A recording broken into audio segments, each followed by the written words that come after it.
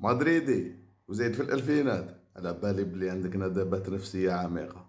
إحصائيات بون إلا كنت ندير لك تحليل وكذا، مانيش حندير تحليل، أنا خاطيني راه عند أحمد كورة. شوف تحليل، حنا حنحكو التوارخ، نعتو لكم التوارخ.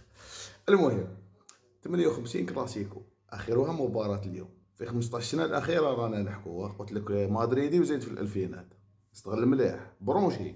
58 كلاسيكو تلعب، اخره تاع اليوم 29 لقب لصالح برشلونة. راهم طالعين المصاغر جايبينها بالتلباس.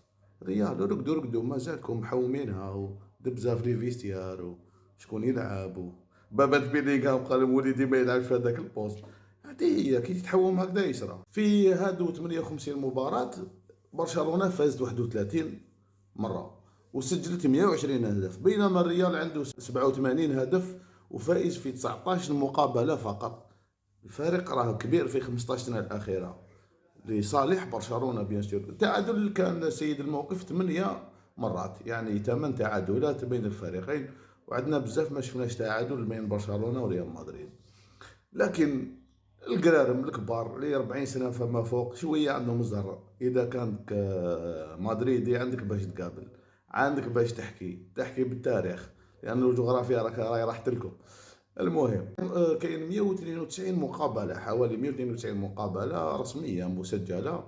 كاين 80 فوز للريال و77 للبرصا. في 20 سنة الأخرى هادو لحقوا البرصا، لحقوا شغل اكتيفا وزمانهم، قلصوا الفوارق بزاف ورجحت ليهم الكفة تاع الأهداف، لأنه البرصا مسجلة 312 هدف وريال مدريد مسجل 309 أهداف. يعني حب يقول بلي برشا راهي تربح بنتائج عريضة.